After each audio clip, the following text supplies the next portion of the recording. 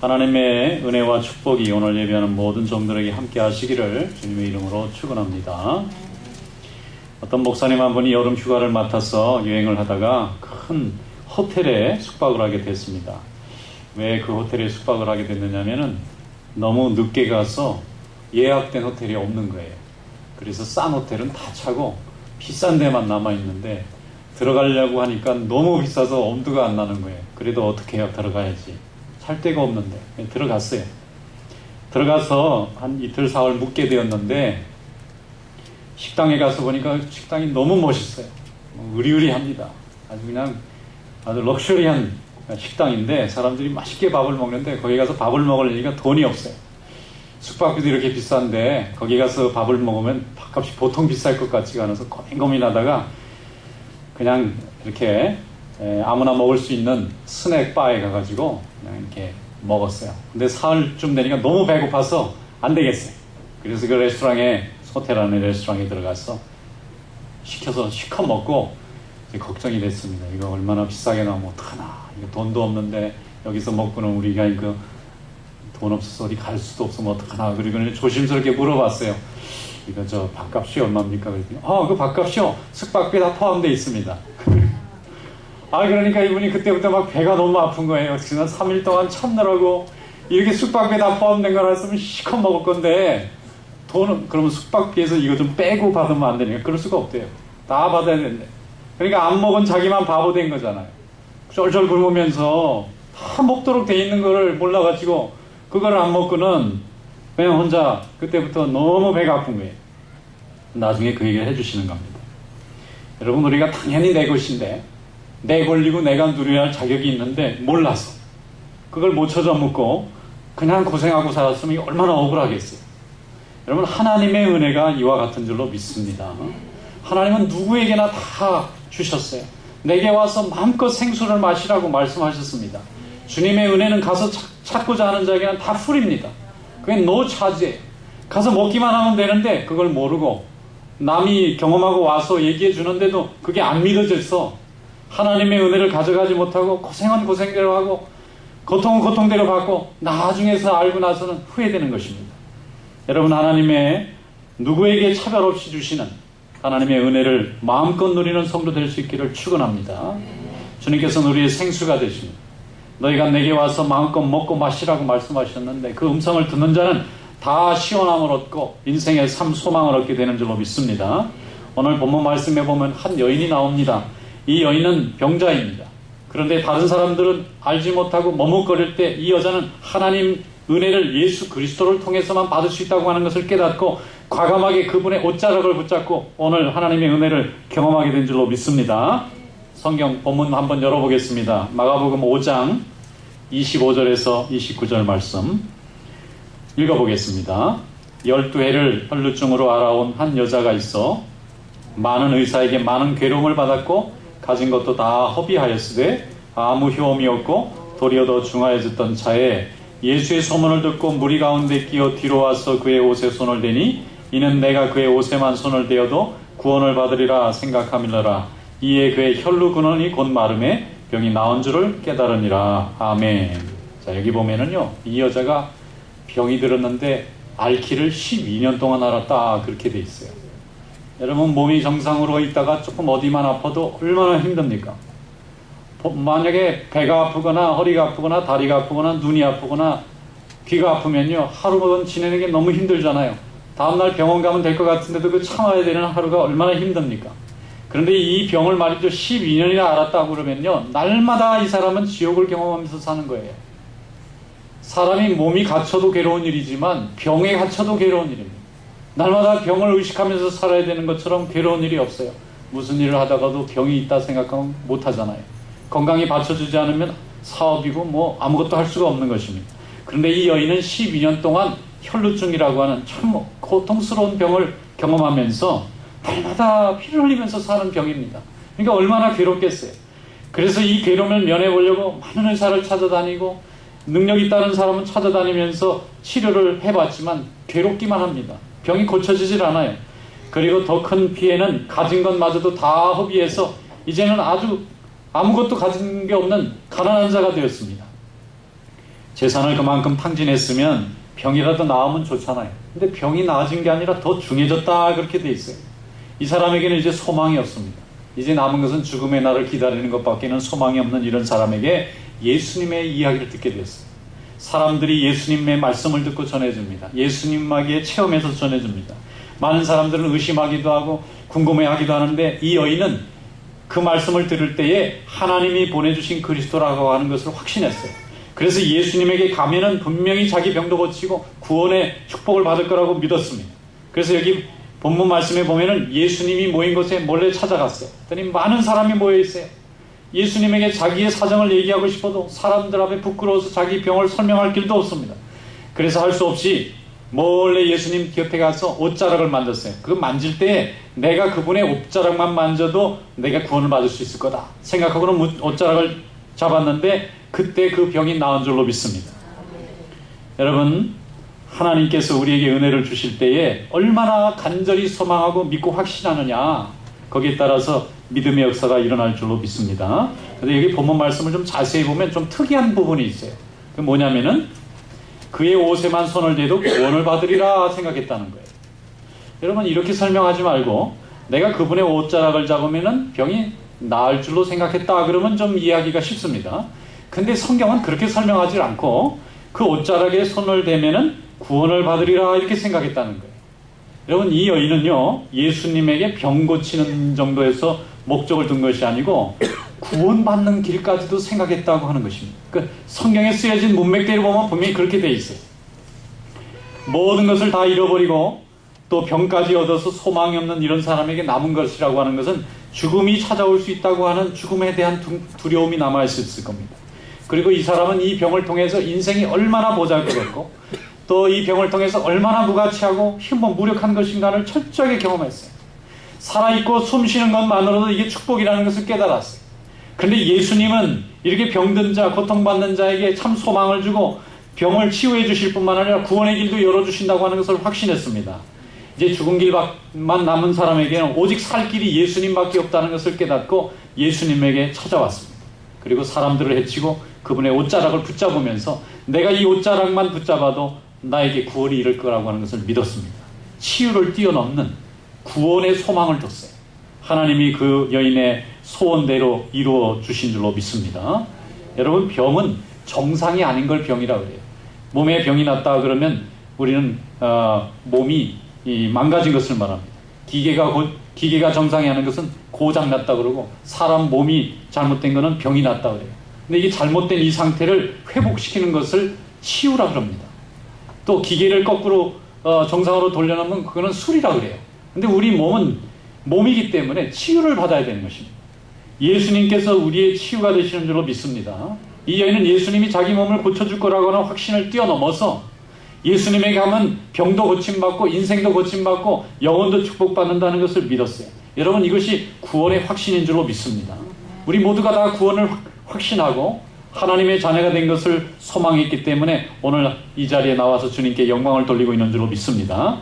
여인은요, 오랜 병치레를 통해서 인생을 배웠어요. 병에 걸리면요, 무시당합니다. 병에 걸리면 차별받습니다. 심지어는 병에 오래되면은 긴 병에 효자 없다는 말같이 자식조차도 외면하고 싶은 거예요. 그러므로 인생이라는 것이 병에 걸리고 제 기능을 못하면 얼마나 남에게 짐이 되는 존재인가를 철저하게 경험한 사람이기 때문에 이것에 대한 소망을 오직 하나님에게만 두었습니다. 이제 사람이 주는 기쁨이나 사람이 주는 보상에 기대하지 않게 됐어요. 이것이 이 사람에게 오히려 주님을 붙잡을 수 있는 기회가 된 줄로 믿습니다. 여러분, 그래서요, 환난과 고난과 핍박이 오거든 주님을 만날 수 있는 기회가 됐다 생각하고 더 감사하시기를 축원합니다. 그리고 주님을 붙잡는 성도 될 수 있기를 축원합니다. 어떤 유명한 분이신데 이분이 딸을 잘 키웠어요. 미국에 유학까지 보냈어요. 이 딸이 고시 합격해서 검사가 됐어요. 한국 사람으로는 굉장히 많은 사람들에게 칭찬을 받고, 야, 참 딸 잘 키웠습니다. 참 부럽습니다. 많은 사람들에게 그렇게 인정을 받은 사람이에요. 근데 이분은 예수를 믿지 않는 사람입니다. 근데 그 딸이 잘 이렇게 성장해 나가다가 그만 암에 걸려서 얼마 살지 못하게 되었어요. 그래서 아버지가 너무 놀래가지고 미국까지 찾아와서 딸을 보니까 기가 막힙니다. 잘 시집가서 아이 잘 낳고 사는 줄 알았더니 그게 아니고 이제 죽을 병에 걸린 것입니다. 그래서 아버지가 얘 안 되겠다, 한국에 돌아와라. 그래도 부모 곁에 있다가 죽는 게 낫지 않겠느냐. 그래서 딸을 데리고 자기 집으로 돌아오셨어요.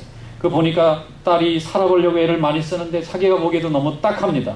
그런데 놀라운 것은 이 딸이 교회를 다니는 거예요. 그전엔 교회 다니는 줄 몰랐어요.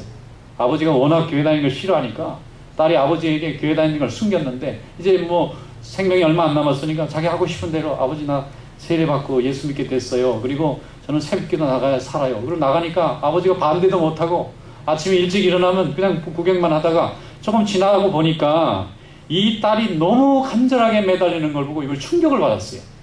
정말 하나님이 살아계신 거 아닌가? 내 딸이 저렇게 간절히 저렇게 사모하는 걸 보면 저렇게 똑똑한 딸이 아무것도 아닌 걸 갖고 저럴 리가 없고 분명히 실제하니까 저런 거 아닌가? 그런 마음의 변화가 자꾸 생기는데, 딸이 아침에 새벽기도 나가면 저절로 아버지도 깨있어요. 어느 날은 딸이 아파트를 내려가면서 아빠 안녕, 잘 다녀올게요. 아빠가 교회 다니면 참 좋겠다 그러니까 그리고 얼떨결에 대답했는데, 대답해놓고 보니까 안 갈 수가 없어요. 그래서 딸이 자기를 위해서 교회 가게 해달라고 기도한다는 것도 알게 됐는데도 일부러 안 가고 싶은 거죠. 고집 부리고 싶은 거죠. 근데 나중에 이 딸의 소원대로 아버지가 세례받게 된 줄로 믿습니다. 세례받고 예수 믿게 됐어요. 예수 믿고 보니까 그동안 자기가 60년 동안 그렇게 거부하고 저거는 엉터리라고 생각했던 그 예수의 복음이 이렇게 절박한 사람들에게는 참 인생의 소망이 된다는 것을 깨닫게 되었습니다. 그래서 그 사람이 진정으로 예수 믿었어요. 그리고 열심히 복음을 전했습니다. 그 사이에 딸은 또 치유가 됐다가 나중에 결국은 세상을 떠나고 말았어요. 그런데 아버지가 그 딸의 믿음을 대신 이어받았어요. 그래서 열심히 지금 복음 전하고 열심히 책도 쓰십니다. 열심히 강연도 합니다. 가는 데마다 복음을 전하고 지금은 장로까지 되셔서 복음을 전하는 일에 열심히 딸이 준 그 믿음을 자기는 버릴 수가 없다는 것입니다. 여러분, 우리에게 예수를 믿는 믿음 생활이 우리의 생명과 중심이 될 줄로 믿습니다. 병을 고칠 거면 의사만 있으면 되는데 우리가 예수님이 왜 필요하냐면 구원이 필요하기 때문에 그렇습니다. 여러분, 우리가 다 구원이 필요한 존재인 줄로 믿습니다. 이 세상의 모든 것을 다 이뤄도 우리가 구원을 이루지 못하면 우리는 가장 비참하고 어리석은 자가 되는 것입니다. 그래서 병이 걸리거나 사업에 망하거나 사랑에 망하거나 인생에 망한 사람들은 마지막 길이 하나밖에 없어요. 죽음만 바라보는 길밖에 없습니다. 그러나 우리 예수 그리스도를 붙잡는 자에게는 죽음을 넘어선 하나님의 영원한 세계가 있음을 우리에게 알려주는 줄로 믿습니다. 우리가 교회를 사람 좋아서 따라오기는 하지만 거기서 멈추면은 그냥 일반적이고 또 능력 없는 믿음이 되고 맙니다. 교회에 나와서 복음의 말씀을 들을 때에 예수 그리스도를 통하여만 구원이 이루어지고 영원한 생명이 열린다는 것을 반드시 깨달아야 합니다. 그래서 우리는 사람들을 전도하고 또 인도할 수 있습니다만은 그 사람의 인생을 변화시키고 심령을 변화시키는 것은 하나님의 말씀의 능력이고 성령의 능력인 줄로 믿습니다. 그래서 우리가 많이 교인들을 교회에 데리고 와서 하나님 말씀을 듣게 해야 되는 것입니다. 구원이 우리에게 필요하다는 것을 꼭 가르쳐 줘야 되는 거예요. 그래서 예수 그리스도로 말미암지 않고는 우리가 구원받을 수 있는 길이 없는 것입니다. 요한복음 14장 6절에 예수께서 말씀하시기를, 예수께서 이르시되 내가 곧 길이요 진리요 생명이니 나로 말미암지 않고는 아버지께로 올 자가 없느니라 그랬어요. 많은 사람들이 애쓰고 수고하지만 예수님을 통하지 않고는 하나님 아버지의 영광에 참여할 수가 없습니다. 그러므로 예수를 믿고 하나님께 영광을 돌리는 성도 될 수 있기를 축원합니다. 병도 나으면 나중에 또 죽어요. 병 났다 그래서 영생불멸하는 것이 아닙니다. 병은 잠깐 고장난 거가 정상으로 돌아오는 상태예요. 그 상태로 오래 가면 좋지만 또 인생은 또 병이 납니다. 또 사업도 잘 되다가도 또 어려울 때도 있고 뭐 잘 크게 성장하다가도 때가 되면 우리가 은퇴하고 내놔야 될 때가 있습니다. 또 자신의 재주나 힘도 명예도 또 권세도 언젠가는 종지부를 찍고 다른 사람에게 넘겨줘야 될 때가 있어요. 그저 빌려 쓰는 것입니다. 사망이라는 종지부를 향해서, 종말이라는 종지부를 향해서 우리 인생과 이 하나님의 이 세계가 종지부를 향해서 달려가고 있는 거예요. 그걸 인정하지 못할 뿐이지 실제 하고 있는 것입니다. 근데 왜 사람들이 지금도 그걸 생각하지 않고 사느냐? 그 심각성을 느끼지 못하기 때문에 그래요. 시한부 인생을 사는 사람이나 당장 죽음의 공포 앞에 서면은요, 이 인생이 얼마나 무력하고 죽음이라는 것이 우리의 현실이라는 것을 깨닫게 되는 날이 있습니다. 그때 사람들은 묻습니다. 그럼 우리가 해야 될 것이 무엇이냐? 우리가 가야 할 길이 뭐냐? 하나님께서 주시는 영원한 생명, 하나님이신 구원의 소망이 우리의 가야 할 소망인 줄로 믿습니다. 죽음의 심각성과 죽음으로 시작되는 영원한 단절로부터 우리를 건져주실 수 있는 분은 오직 예수 그리스도 한 분, 우리의 그리스도일 뿐인 줄로 믿습니다. 그래서 성경은 사망으로부터 우리를 건져낼 수 있는 길이 오직 예수님에게밖에 없다고 말씀합니다. 사도 바울은 말하기를 오라 나는 공고한 사람이로다. 이 사망의 몸에서 누가 나를 건져내랴. 오직 예수 그리스도만이 나를 이 사망으로부터 건져낼 수 있도다고 선언하고 있는 것입니다. 그래서 예수님은 우리의 구원이시요 우리의 치유가 되시는 분인 줄로 믿습니다. 요한복음에 보면 예수님께서 베데스다 연못이라는 곳을 갔었습니다. 거기 가면 수많은 사람들이 병을 고치다 포기한 환자들만 모여 있었어요. 거기 많은 사람들이 목가에 앉아서 우글거리고 있는데 예수님께서 38년 된 병자를 찾아가셨어요. 3년 된 병자도 아니고 8년 된 병자도 아니고 38년 동안 병든 사람을 찾았습니다. 여러분 38년 동안 병이 들었다면 이 사람은 인생다운 인생을 한 번도 살아본 적이 없는 사람입니다. 날마다 병과 함께 살았어요. 이제 40년 동안 거의 이 병치료를 하면서 살았다는 것은 이 사람의 인생은 거의 없다고 볼 수밖에 없는 불쌍한 사람입니다. 이 사람은 그저 죽으면 끝나는 인생이지만 주님께서는 하나님이 지으신 인생이 얼마나 복되고 귀한 것인가를 가르쳐주기 위해서였는지 그 병자를 찾아내셔서 그 병자에게 이렇게 말씀하셨습니다. 내가 낫고자 하느냐 그랬어요. 그 첫 물음이 낫고 싶으냐고 물어보는 거예요. 당연히 낫고 싶죠.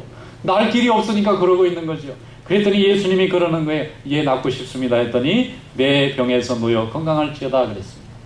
오늘 하나님 앞에 나와서 구하는 자는 다 응답받을 줄로 믿습니다. 건강도 하나님이 주시는 거예요. 우리가 건강하게 노력한다 해서 건강이 우리 것이 아닙니다. 하나님이 주셔야 건강합니다. 또 우리의 가정도 내가 지킨다 해서 지켜지는 게 아니고 내 자식을 내가 보호한다 해서 보호해지는 게 아니라 주님이 지켜주셔야 다 지켜지는 줄로 믿습니다. 우리의 사업도 마찬가지입니다. 그래서 하나님 앞에 나와서 주님 앞에 영광을 돌리면 주님이 기뻐하시고 그 기쁨으로 우리에게 축복해 주실 때 우리의 구하고 또 노력하는 모든 수고가 다 지켜주는 줄로 믿습니다. 요즘 많은 젊은 사람들이 젊을 때 사는데 바빠요. 그래서 하나님 앞에 우리가 구원받아야 될 존재라는 것을 잊고 삽니다. 사느라고 바빠요. 사느라고 열심히 달려옵니다. 또 자식을 낳으니까 또 기르느라고 열심히 살아갑니다. 또 직장 생활하고 또 사업을 열었으니까 또 하느라고 열심히 달려갑니다. 그러다가 이제 모든 것이 다 안정된 다음에 위기가 와요. 이제 목표를 잃어버렸어요. 다 이루고 나서는 뭘 해야 될지 모르는 것입니다.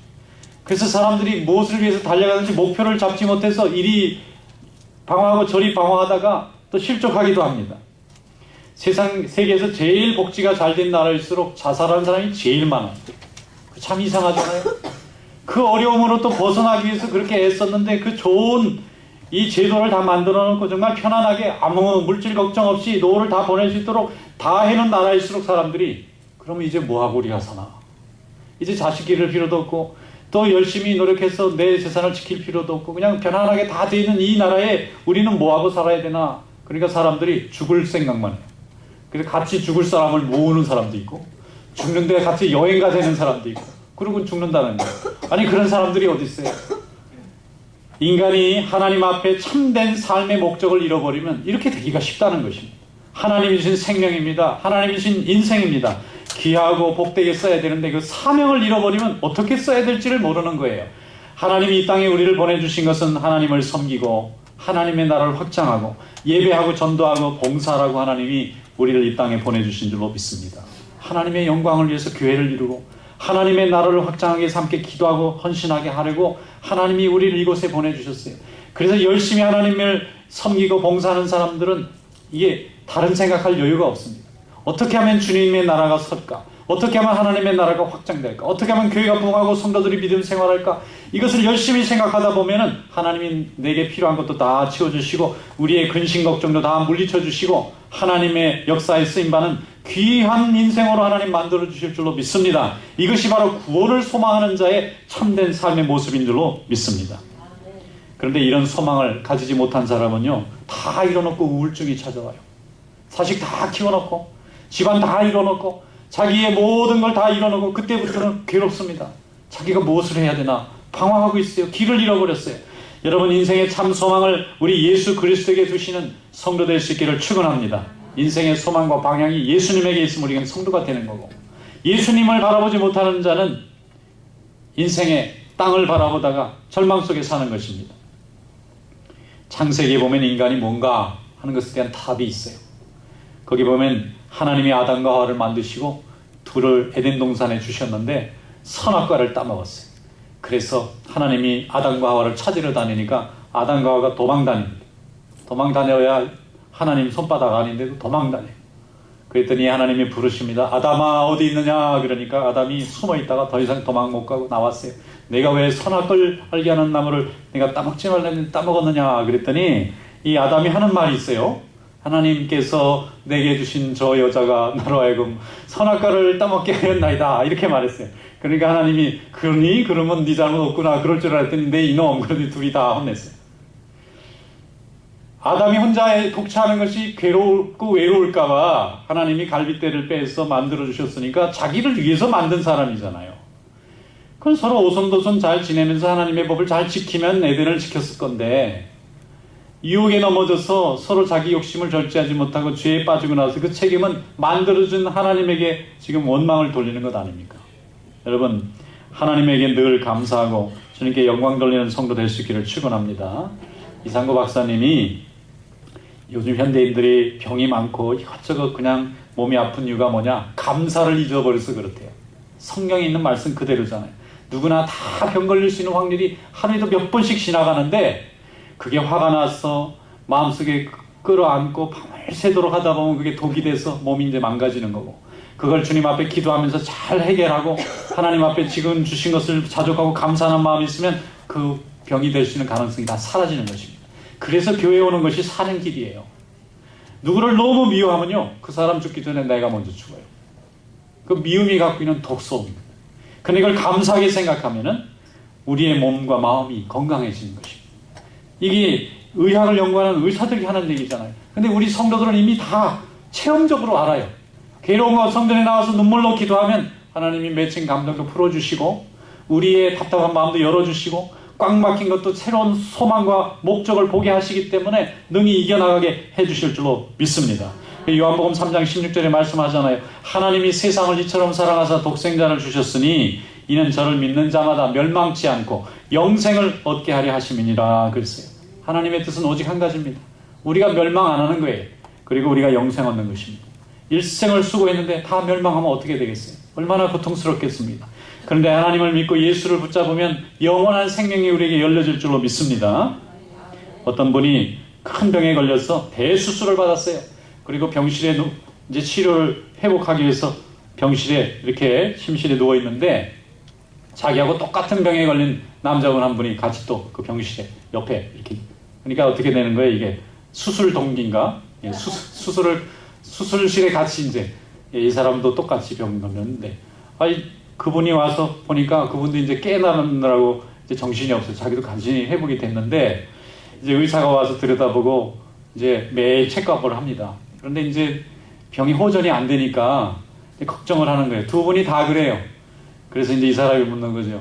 의사 선생님, 제 병이 낫겠습니까? 그랬더니 좀 두고 봐야 되겠습니다. 그러니까 가슴이 덜컥 내려가는 거예요. 두고 보자는 거 보니까 이거 나가기는 다 틀렸구나.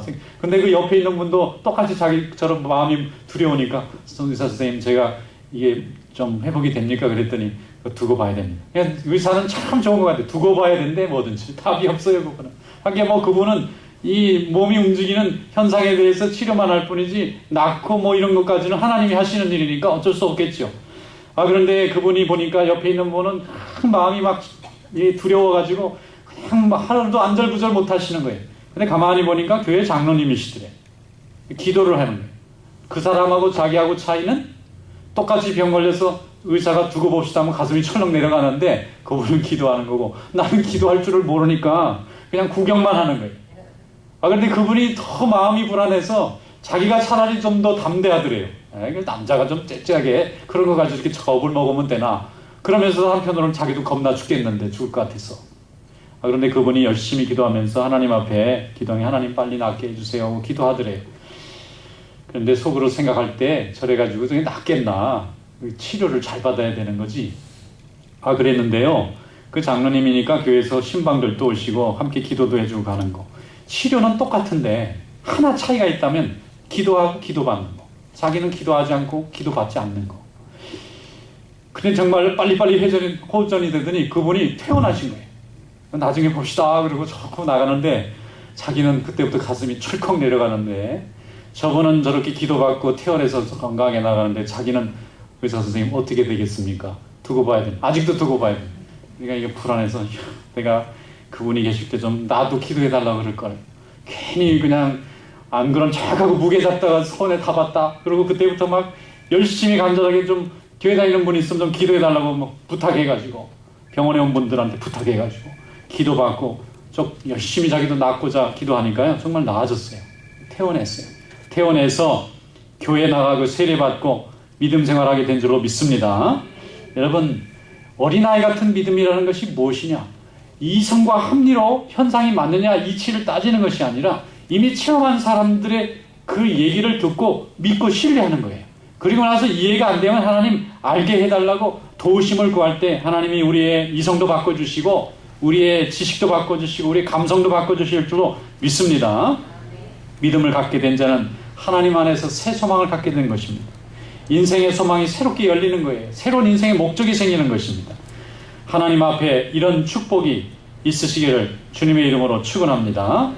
병에 걸렸거나 실패했거나 또 여러 가지 어려움이 있을 때에 그리스도의 능력을 만나는 기회로 삼기를 주님의 이름으로 축원합니다.